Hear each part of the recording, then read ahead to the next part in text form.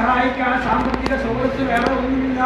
അവരുടെ ജീവിതത്തിൽ ക്ഷുദ്രക്കാൻ മാർഗങ്ങളില്ല.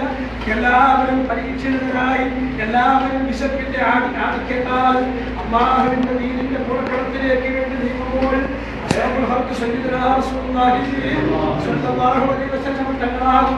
നമ്മുടെ നേതാവ് ഉൾപ്പെടെ പരിശുദ്ധ ഭരണത്തിലേക്ക് അല്ലാഹുവിന്റെ ദീനിന്റെ സംരക്ഷണത്തിന് വേണ്ടി സ്വഹാബത്തിലെ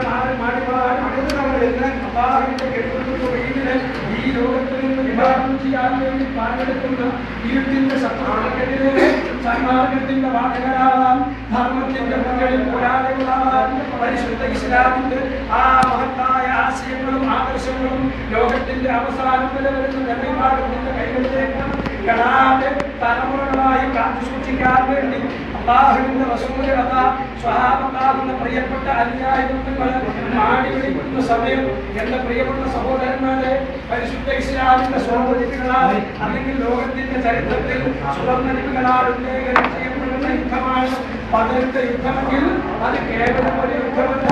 പലരും ഇസ്ലാമിനെ മനസ്സിലാക്കിയതുപോലെ, ഇസ്ലാമിനെ തെറ്റിദ്ധരിച്ചതുപോലെ, തെറ്റിദ്ധരിപ്പിക്കുന്നതുപോലെ